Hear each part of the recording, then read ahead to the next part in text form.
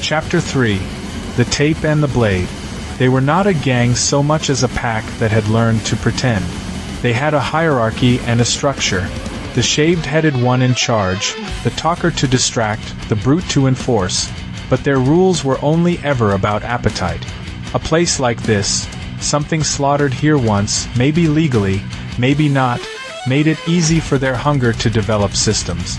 I ran my tongue along the inside of my cheek, found the notch. The razor's whisper glued there with surgical adhesive. My teeth closed.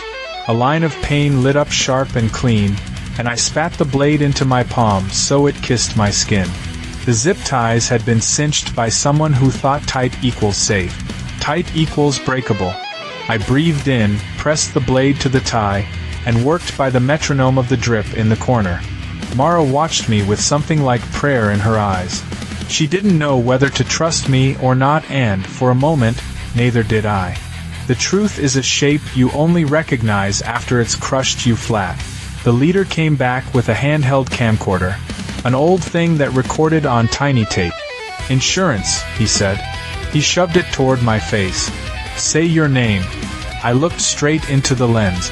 "No one," I said. He laughed and elbowed the young one. "You hear that? We got ourselves a ghost." Behind him, the girl from my trunk stood with her back to a peeling wall, eyes tracking him through lashes that had grown and ragged after a burn. She didn't blink. She wasn't breathing much. "Don't worry," the leader said to her. "You're safe now. We're good people compared to whatever he is. If there is a God, he loves irony enough to leave the world in it." I cut the last thread of plastic, kept the ends wrapped around my wrists to look bound, and pressed my fingers into the concrete till I felt its temperature. I see in temperature the way some see in color. The camcorder hummed. The young one tapped the side.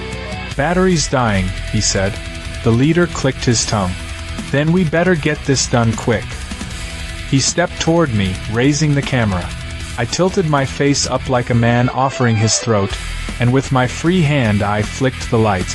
Darkness is not absence. It's presence. It's a thick-bodied thing that settles in your lungs. I had mapped the room with my feet. I knew where the hooks were. I knew where his boots would step.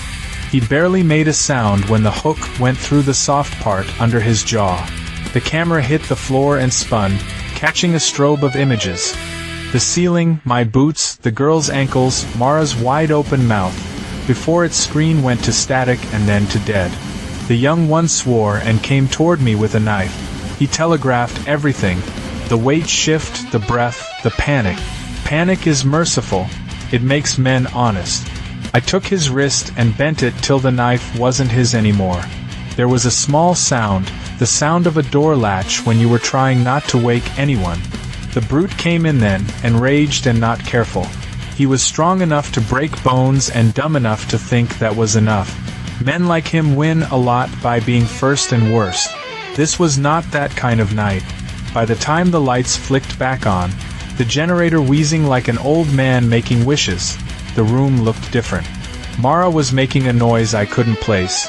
A keening that turned into my name, and then into nothing at all, when she remembered she shouldn't say it. The girl stepped forward. "You were always going to do this," she said. It wasn't accusation. It was weather.